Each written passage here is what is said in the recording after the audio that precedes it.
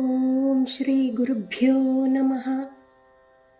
శ్రీమన్నారాయణీయం దశకం 57 ప్రలంబాసుర వధ వర్ణనం.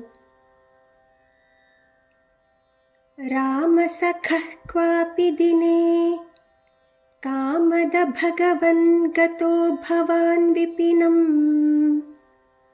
సూనుభిరపి గోపానాం धेनुभिरभिसंवृतो लसद्वेषः सन्दर्शयन् बलाय स्वैरं वृन्दावनश्रियं विमलां काण्डीरैः सह बालैः भाण्डीरकमागमो वटं क्रीडन्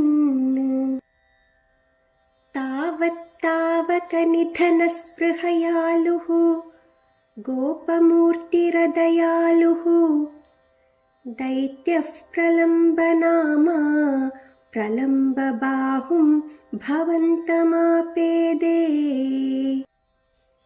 जानन्नप्यविजानन्निव तेन समं निबद्धसौहार्दः वटनिकटे पटुपशुपव्याबद्धं द्वन्द्वयुद्धमारब्धाः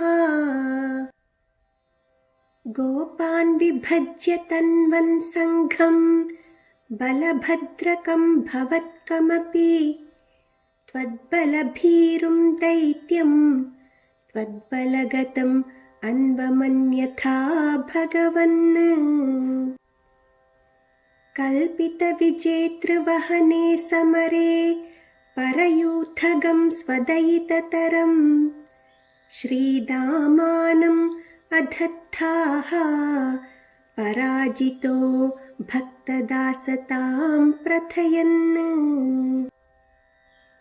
एवं बहुषु विभूमन् बालेषु वहत्सु वाह्यमानेषु रामविजितः प्रलम्बः जहारतं दूरतो भवद्भीत्या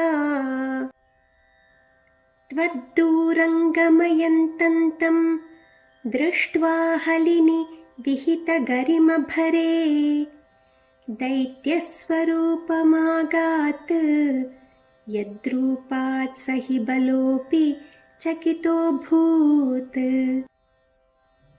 उच्चतया दैत्यतनोः त्वन्मुखमालोक्य दूरतो रामः विगतभयो दृढमुष्ट्या भृशदुष्टं सपदि पिष्टवानेनम् हत्वा दानववीरं प्राप्तं बलम् आलिलिङ्गितप्रेम्णा तावन्मिलतयोर्युवयोः शिरसि कृता पुष्पवृष्टिरमरगणैः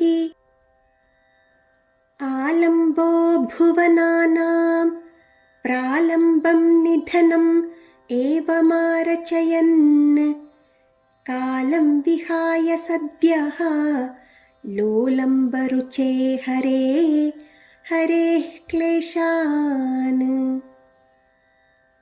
श्रीहरये नमः. गोपिका जीवनस्मरणं गोविन्दा गोविन्दा. ॐ तत्सत् सर्वं श्रीकृष्णार्पणमस्तु.